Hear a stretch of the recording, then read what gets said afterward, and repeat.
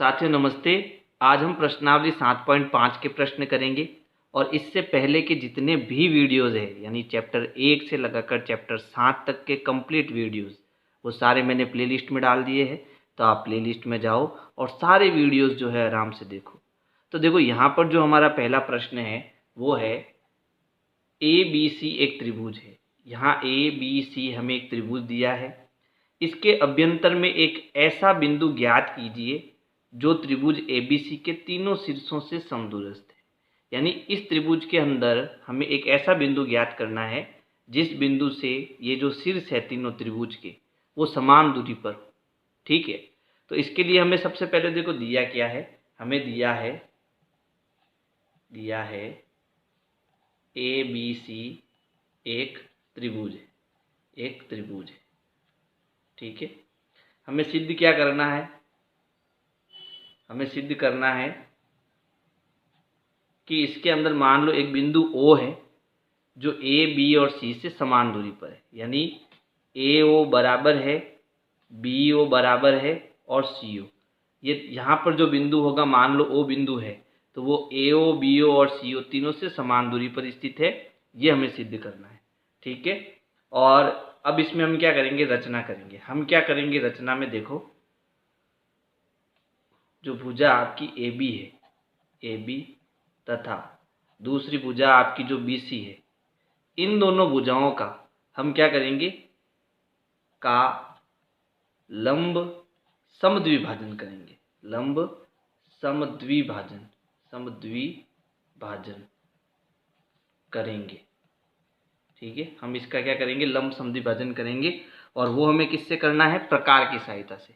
अब देखो कक्षा 6 में हमने सीखा था लंब समद्विभाजन क्या होता है। तो जब किसी रेखा का हम लंब समद्विभाजन करते हैं तो क्या करते हैं कि जैसे मान लो ये एक रेखा है, ये पॉइंट A है और ये पॉइंट B है। तो यहाँ हम क्या करते हैं? प्रकार को आधे से ज़्यादा खोलते हैं। एक चाप ऊपर, एक चाप नीचे, फिर एक चाप ऊपर, एक चाप नीचे, और इन दोनों को चाप को हम जब मिलाते हैं, ठीक है, तो यहाँ पर जो हमें बिंदु मिलता है मान लो वो बिंदु हो गया। ठीक है, तो ये जो बिंदु होता है वो इस रेखा को दो बराबर भागों में बांटने के साथ साथ यहाँ 90 डिग्री का कोण बनाता है। इसलिए इसको हम क्या कहते हैं? लंब समद्विभाजन कहते हैं। तो यही काम जो है हमें एक बार भुजा AB पर करना है और एक बार हमें ये काम भुजा BC पर करना है। तो हम क्या करेंगे? प्रकार को जो है आधे से ज़्यादा खोलेंगे। तो यहाँ पर देखो मैं B पर रख रहा हूँ प्रकार और मैंने इसको आधे से ज़्यादा खोल दिया है। ठीक है, खोल दिया। अब एक चाप हमें ऊपर काटना है इसमें। ठीक है, एक चाप नीचे की ओर काटना है। अब क्या करना है? प्रकार की नोक को A पॉइंट पर रखना है, फिर ऊपर नीचे चाप काटना है। अब यहाँ पर दोनों चाप जहाँ कटे हमें वहाँ दो बिंदु मिले, एक तो ये वाला बिंदु और दूसरा ये वाला बिंदु। इन दोनों बिंदुओं को हमें स्केल से मिलाना है।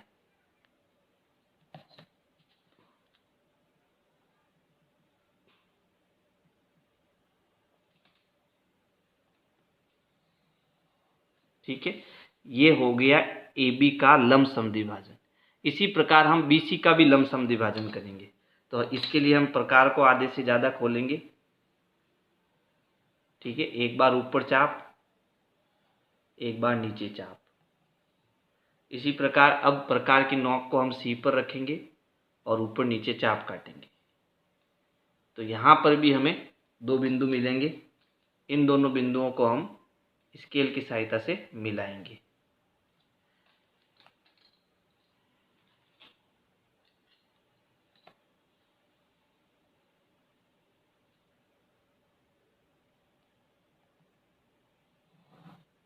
अब देखो ये जो दोनों लंब समद्विभाजन वाली रेखाएं हैं ये दोनों कहाँ प्रतिच्छेद कर रही है? ये यहाँ पर प्रतिच्छेद कर रही है। ठीक है, तो ये दोनों रेखाएं जहाँ प्रतिच्छेद कर रही है वो हमारा बिंदु क्या हो गया? O बिंदु हो गया। ठीक है, जब ये हमारा O बिंदु हो गया इसका मतलब क्या हुआ? इसका मतलब ये हुआ कि इस बिंदु से ये जो शीर्ष है वो सभी समान दूरी पर है। तो इसको चेक करने के लिए मैं क्या कर रहा हूँ? प्रकार की नोक को O पर रख रहा हूँ और सबको चेक कर रहा हूँ। ये देखो पेंसिल की नोक A पर आ गई, इसी प्रकार पेंसिल की जो नोक है वो बी पर भी आ गई, और इसी प्रकार ये जो पेंसिल की नोक है बिंदु ओ से सी पर भी आ गई।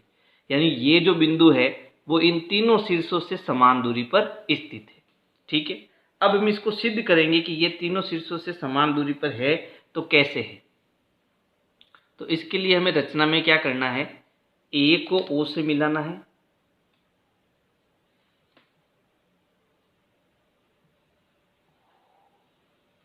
बी को भी ओ से मिलाना है, और सी को भी ओ से मिलाना है। ठीक है, तो यहाँ रचना में लिखे तथा ए ओ बी ओ तथा सी ओ को मिलाया। ठीक है, ये हमारी रचना हो गई। अब इसको सिद्ध कैसे करना है, तो देखो इसकी उपपत्ति करेंगे, उपपत्ति। ठीक है, तो यहाँ देखो मैं दो त्रिभुज ले रहा हूँ, एक तो त्रिभुज ले रहा हूँ ए ओ, और इसको मैं इस बिंदु को नाम दे रहा हूँ एम, और यहाँ पर जो बिंदु बनेगा है ना, इसको मैं नाम दे रहा हूँ एन। ठीक है, तो यहाँ पर एक त्रिभुज ले रहा हूँ ओ ए ओ एम, त्रिभुज ए ओ एम, व त्रिभुज दूसरा ले रहा हूँ बी ओ एम में। अब देखो इन दोनों त्रिभुज में क्या क्या चीज़ें हमारे पास है, तो यहाँ पर देखो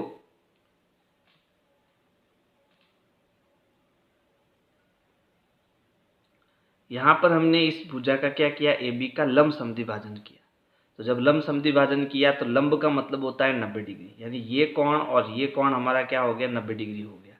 ठीक है, तो ये दोनों कोण बराबर हो गए, साथ में ये दोनों भुजाएं भी क्या हो गई, आधे आधे हो गई, है ना, समान दो भागों में बट गई, तो ये भी बराबर हो गई। तो यहाँ लिख सकते हैं कि यहाँ पर जो त्रिभुज आपका ए एम है ना, वो दूसरे वाले त्रिभुज बी एम के क्या है, बराबर है। ये दोनों भुजाएं बराबर है। क्यों बराबर है, क्योंकि यहाँ पर हमने क्या करा, ए बी का समद्विभाजन करा, है ना, ए बी का समद्विभाजन, और हमें ये प्रश्न में दिया हुआ है। ठीक है, अच्छा इसमें देखो आपका जो कोण ए एम ओ है, ए एम ओ, वो बराबर है बी एम ओ के, कोण बी एम ओ के बराबर है। क्यों बराबर है, क्योंकि ये दोनों कोण 90 डिग्री के हैं, समकोण है। ठीक है, क्योंकि हमने जो है ए बी का क्या किया, लंब समद्विभाजन किया, है ना, रचना से। यहाँ रचना से भी लिख सकते हो। तीसरी चीज देखो, यहाँ पर जो ये एम ओ भुजा है वो दोनों त्रिभुज में है, एम ओ बराबर एम ओ, है ना, क्योंकि ये उभयनिष्ठ है। अब ये उभयनिष्ठ है तो ये दोनों जो त्रिभुज है ए ओ एम और दूसरा जो त्रिभुज है बी ओ एम, तो ये दोनों त्रिभुज आपस में क्या होंगे, सर्वांगसम होंगे। अब जब ये दोनों त्रिभुज आपस में सर्वांगसम होंगे तो हम ये कह सकते हैं कि इस त्रिभुज की भुजा ए ओ जो है, ठीक है, वो दूसरे वाले त्रिभुज की भुजा बी ओ के बराबर होगी। समझ गए। तो यहाँ पर एक चीज़ तो हमने सिद्ध कर दी कि ए ओ जो है वो बी ओ के बराबर है। इसी प्रकार जब हम ये त्रिभुज और ये त्रिभुज लेंगे तो इसमें बी ओ किसके बराबर हो जाएगा, सी ओ के बराबर हो जाएगा, है ना। और यहाँ पर जब इसका समद्विभाजन करेंगे तो इसमें भी दो त्रिभुज बनेंगे, तो सी ओ जो है वो ए ओ के बराबर आ जाएगा। तो यहाँ लिख सकते हो आप इसी प्रकार जो ये भुजा बी ओ है वो किसके बराबर होगी, सी ओ के बराबर होगी, है ना। अब ए ओ बी ओ के बराबर है, बी ओ सी ओ के बराबर है, तो ए ओ सी ओ के बराबर भी होगा। तो यहाँ लिख सकते हैं अतः ए ओ बराबर है बी ओ के, और बी ओ और ये दोनों बराबर है सी ओ के। और यही हमें सिद्ध करना था, है ना, यही हमें प्रदर्शित करना था।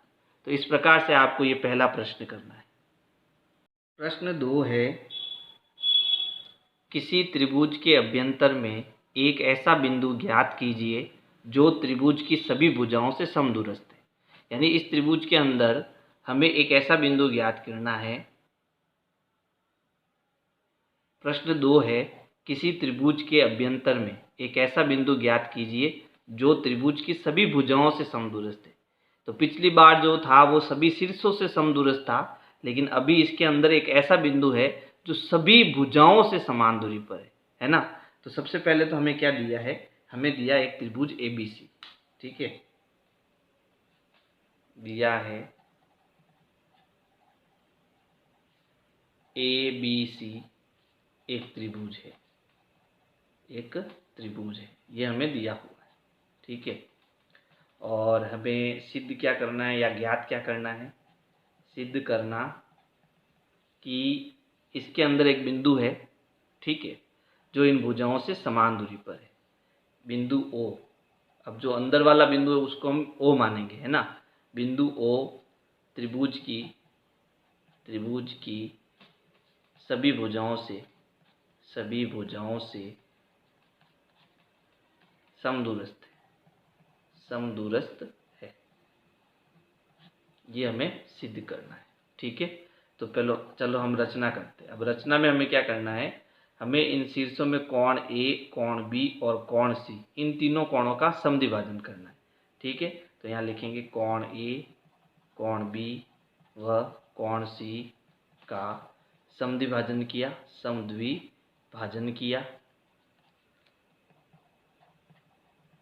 और एक रचना और करनी पड़ेगी। ठीक है, क्या रचना करनी है? देखो, ये जो कोण A है, यहाँ से इस BC भुजा पर हमें एक लंब डालना है। ठीक है, तो यहाँ पर जो हम लंब डालेंगे उसका नाम देंगे M। ठीक है, तो यहाँ लिखेंगे AM जो है वो लंब होगा BC पर। ये दो रचना करनी है। तो चलो पहले मैं रचना कर लेता हूँ। सबसे पहले देखो, हमने जो है कक्षा 6 में पढ़ा है, किसी भी कोण का अगर हमें समद्विभाजन करना है तो हम कैसे करते हैं? ये देखो, आपको दिखाई नहीं दे रहा है तो आप इसका स्क्रीनशॉट ले लेना। ठीक है, अभी मैं इनका समद्विभाजन कर रहा हूँ। समद्विभाजन कैसे करना है इसको समझना। हम ये कक्षा 6 में पढ़ चुके हैं कि अगर मुझे किसी कोण का समद्विभाजन करना है तो हम क्या करेंगे? पहले तो उस कोण पर एक चाप काटेंगे। चाप काटने के बाद इस पॉइंट से और इस पॉइंट से प्रकार को इतना खोलना है इन दोनों पॉइंटों तक, और फिर यहाँ एक बार प्रकार की नोक यहाँ रख के एक चाप यहाँ काटना है, एक बार प्रकार की नोक यहाँ रख के दूसरी बार चाप ऐसे काटना है। फिर यहाँ जहाँ चाप कटता है उस बिंदु को कॉर्नर से ऐसे मिलाते हुए रेखा खींचनी है। तो ये इन दोनों कोणों का क्या हो जाएगा? समद्विभाजन होगा। तो चलो इसको समझना। तो इसके लिए हम क्या करेंगे? प्रकार की जो नोक है उसको B पर रखेंगे। इससे पहले प्रकार को थोड़ा सा खोल देंगे, है ना।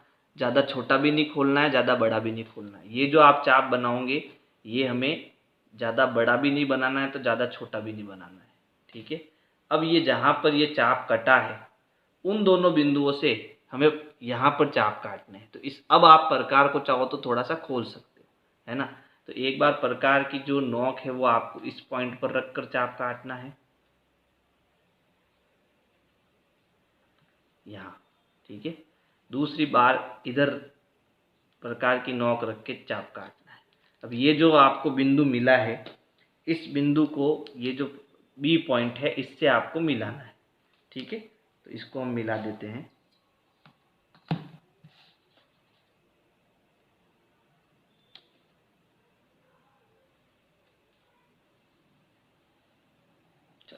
इसी प्रकार यही काम हमें C और A पर करना है।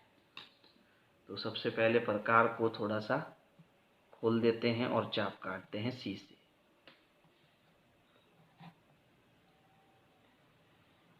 ये कट गया। अब प्रकार को थोड़ा सा खोल देते हैं, ठीक है, और हम दो चाप काटेंगे। ये पहला चाप हो गया और यहाँ से अब दूसरा चाप हो गया। ये दोनों जहाँ कटे हैं उसको हम एक बिंदु बनाएंगे और C बिंदु से इस बिंदु को हम लाइन खींचेंगे, यानी एक रेखाखंड खींचेंगे।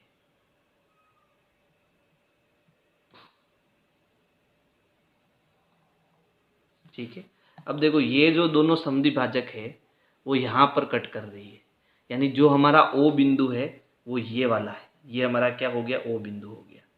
ठीक है, अब क्योंकि हमने कोण B और कोण C का समद्विभाजन कर दिया तो कोण A का हमें समद्विभाजन करने की ज़रूरत नहीं है। अब हम दूसरी रचना करेंगे। दूसरी रचना हमारी क्या है? AM लंब है BC पर, यानी कि यहाँ बिंदु A से हम इस BC पर एक लंब खींचेंगे, यानी एक 90 डिग्री की लाइन खींचेंगे। तो इसको जो है मैं स्केल से खींच लेता हूँ और ये जो लंब होगा वो बिंदु A से होकर गुजरेगा, बिंदु O से होकर गुजरेगा। ठीक है, तो यहाँ पर देखो ये बिंदु O हो गया हमारा और ये हमने यहाँ पर एक 90 डिग्री की लाइन खींच दी, यानी लंब खींच दिया। ठीक है, अब देखो, अब यहाँ हमें दो त्रिभुज मिल रहे हैं।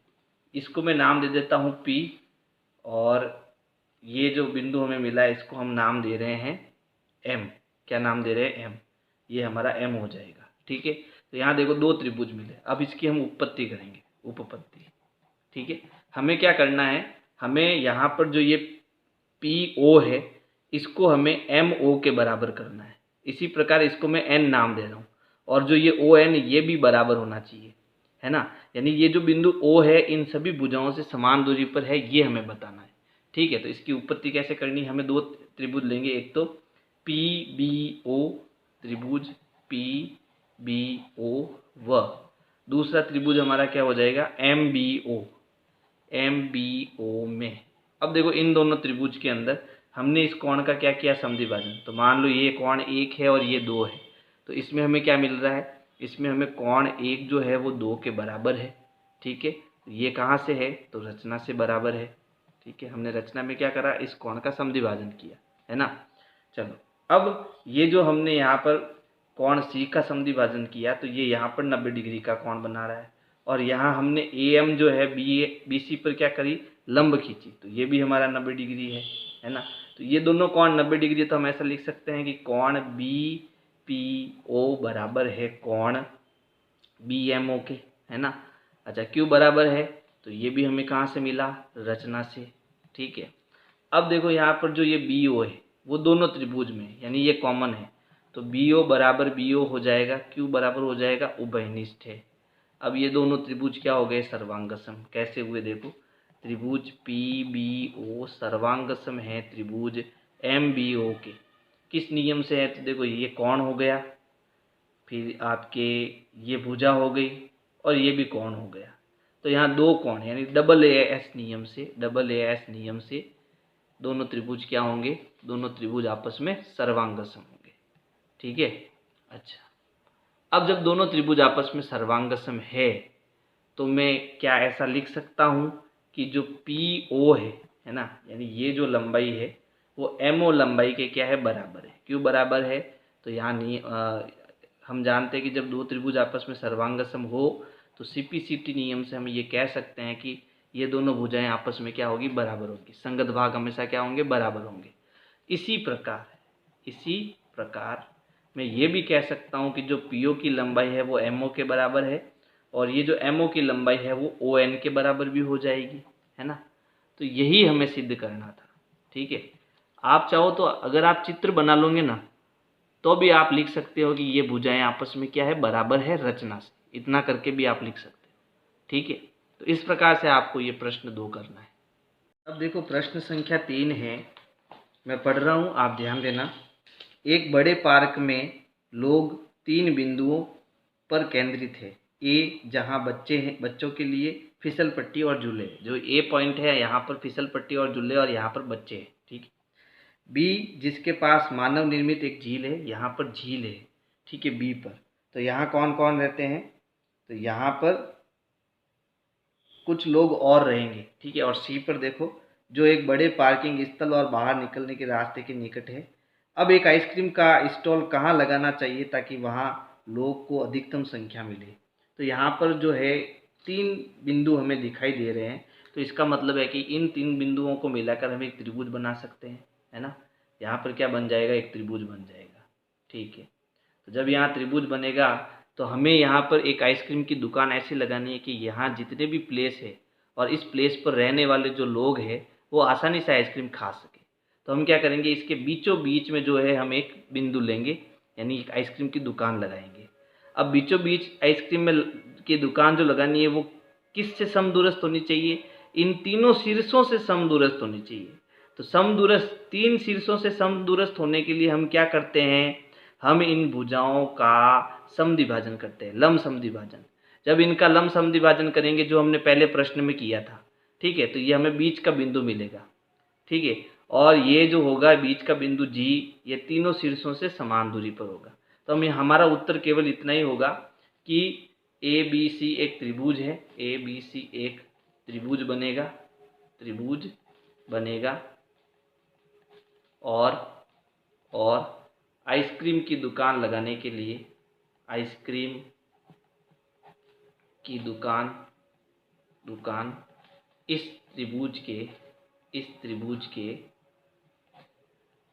त्रिभुज के मध्य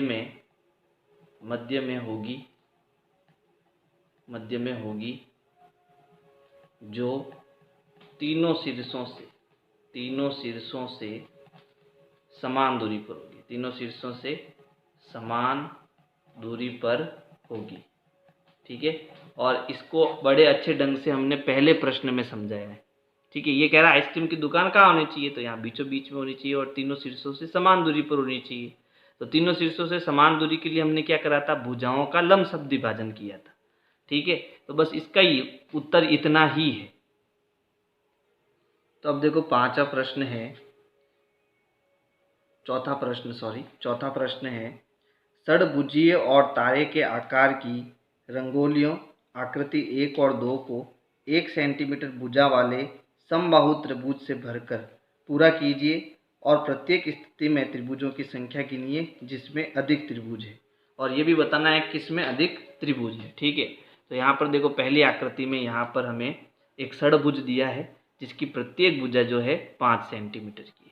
हमें क्या करना है, इसमें 1-1 सेंटीमीटर के कितने त्रिभुज आ सकते हैं वो बताना है। ठीक है, तो चलो सबसे पहले हम इस रंगोली का जो है क्षेत्रफल ज्ञात करेंगे। ठीक है, तो यहाँ देखो यहाँ क्या बनेगा, एक समबाहु त्रिभुज बनेगा, है ना। ये एक जो त्रिभुज है वो समबाहु त्रिभुज है।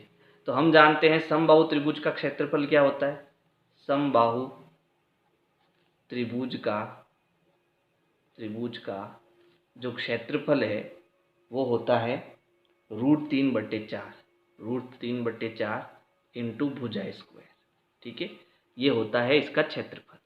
तो अब यहाँ पर भुजा में कितनी दी, प्रत्येक की 5 सेंटीमीटर है, तो भुजा 5 सेंटीमीटर हो गई, तो ये हो जाएगा √3/4 इंटू 5 का वर्ग।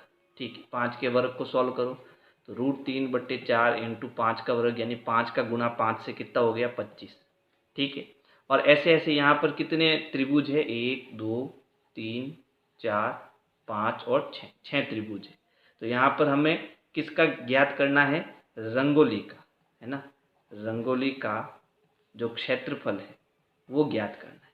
तो क्योंकि एक त्रिभुज का क्षेत्रफल इतना आ रहा है, यहाँ पर वर्ग मीटर कर देना, एक मिनट देख लेते हैं कितना है, वर्ग मीटर है या सेंटीमीटर है, सेंटीमीटर, वर्ग सेंटीमीटर। तो रंगोली का जो क्षेत्रफल वो इसमें कितने त्रिभुज है, 6, तो इसको हम 6 से गुणा करेंगे, तो ये हो जाएगा 6 इंटू √3/4 इंटू 25। तो पहले तो 25 और 6 का गुणा कर दो, तो 25 छंगे 150, तो ये हो गया आपके 150 इंटू √3/4 सेंटीमीटर स्क्वायर यानी वर्ग सेंटीमीटर। ठीक है, यहाँ वर्ग सेंटीमीटर कर लेना। ठीक, अब देखो ये तो हुआ एक त्रिभुज का, यानी ये बड़ा वाला त्रिभुज। अब इसके अंदर छोटे छोटे कितने 1-1 सेंटीमीटर के त्रिभुज आते हैं, इन सभी में उन सभी की संख्याएं हमें ज्ञात करनी है। ठीक है, तो अब यहाँ पर हम लिखेंगे 1 सेंटीमीटर वाले समबाहु त्रिभुज का जो क्षेत्रफल है वो क्या होगा, तो ये भी समबाहु त्रिभुज का क्षेत्रफल है लेकिन इसमें 1 सेंटीमीटर भुजा वाला है ना, तो इसका क्षेत्रफल होगा √3/4 इंटू 1 का स्क्वायर। यहाँ 1 सेंटीमीटर है तो यहाँ 1 आ जाएगा, तो ये क्या निकल के आया, ये निकल के आया √3/4 सेंटीमीटर स्क्वायर यानी वर्ग सेंटीमीटर। अब हमें क्या करना है, कुल संख्या ज्ञात करनी है। तो कुल संख्या कैसे ज्ञात होती है, तो कुल संख्या ज्ञात करने के लिए हम जो है बड़े क्षेत्रफल में छोटे क्षेत्रफल का भाग देते हैं। तो बड़ा क्षेत्रफल हमारा क्या है, 150 इंटू √3/4। इसमें हमें क्या करना है, छोटे क्षेत्रफल यानी √3/4 का भाग देना है। और भाग प्रक्रिया में हम जानते हैं कि ये क्या होगा, 150 इंटू √3/4, भाग को हम गुणा में बदलेंगे तो ये संख्या क्या हो जाएगी, उल्टी, यानी 4 ऊपर आ जाएगा और √3 नीचे चला जाएगा। √3 से √3 कैंसिल, 4 से 4 कैंसिल, तो यहाँ पर कुल संख्याएं यानी कुल जो आपके समबाहु त्रिभुज है 1-1 सेंटीमीटर के, वो कितने निकल के आएंगे, 150 निकल के आएंगे। ये हमारा उत्तर हो जाएगा, है ना। यानी इस आकृति में जो है कुल 150 समबाहु त्रिभुज होंगे। अब इसकी सेकंड आकृति देखो क्या है, तो देखो सेकंड जो आकृति है आप किताब में देखना, यहाँ मैं उत्तर बता देता हूँ कैसे निकालना है इसका उत्तर। ठीक है, तो जो सेकंड आकृति है इसमें आपके इसमें भी समबाहु त्रिभुज है और इसकी प्रत्येक भुजा 5 सेंटीमीटर की है ना। तो यहाँ पर कितने त्रिभुज है छोटे छोटे, देखो कुल आपके 12 त्रिभुज है, आप गिनना इन आकृतियों में है ना। तो टोटल 12 त्रिभुज है। तो ये जो रंगोली होगी सेकंड नंबर वाली, ठीक है, सेकंड नंबर वाली, इस रंगोली का जो क्षेत्रफल आएगा, रंगोली का क्षेत्रफल आएगा जो हमने यहाँ पर ज्ञात किया था, कैसे ज्ञात था, 6 का गुणा करके। तो यहाँ पर जो रंगोली का क्षेत्रफल आएगा उसमें हम 12 गुणा √3/4 गुणा यहाँ पर क्या करेंगे 25 करेंगे, है ना। भाई एक जो त्रिभुज है वो समबाहु त्रिभुज का क्षेत्रफल आएगा √3/4 × 5 का स्क्वायर, क्योंकि इसकी भुजा भी कितनी है 5 सेंटीमीटर है ना। तो ये 25 हो गया और ऐसे ऐसे इसमें कितने त्रिभुज है 12। तो अब ये टोटल क्या आ गया, रंगोली का क्षेत्रफल आया जो सेकंड वाली रंगोली है।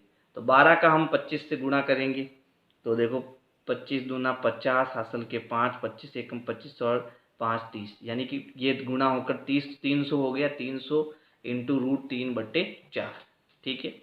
ये तो पूरी रंगोली का क्षेत्रफल आया। अब इस रंगोली में एक एक सेंटीमीटर के कितने त्रिभुज आ सकते हैं वो हमें बताना है ना। तो यहाँ लिखेंगे 1 सेंटीमीटर वाले समबाहु त्रिभुज का क्षेत्रफल, समबाहु त्रिभुज का क्षेत्रफल, और उसका सूत्र क्या हो जाएगा √3/4 × 1 का स्क्वायर, यानी क्या निकल के आया √3/4 निकल के आया। अब हमें क्या करना, कुल संख्या ज्ञात करनी है। तो कुल संख्या कैसे ज्ञात करना, बड़े क्षेत्रफल में छोटे क्षेत्रफल का भाग देना, यानी 300 गुणा √3/4 में हमें भाग देना है √3/4 का, ठीक है।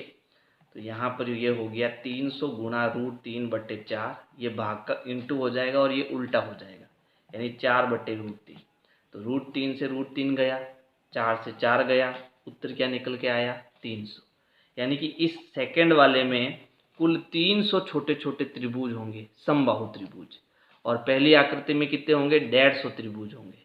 तो इस प्रकार से जो है आपको ये प्रश्न करना है। एक बार इसका स्क्रीनशॉट ले लो।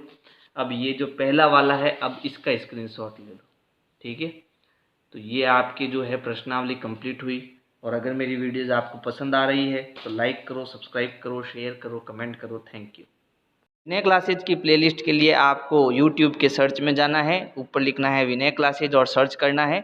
इसमें आपको मेरा चैनल दिखाई देगा, चैनल में आपको जाना है। इसके बाद में यहाँ पर देखो होम वीडियोज़ और प्लेलिस्ट का ऑप्शन है। तो इस प्रकार से आप मेरी प्लेलिस्ट पा सकते हैं।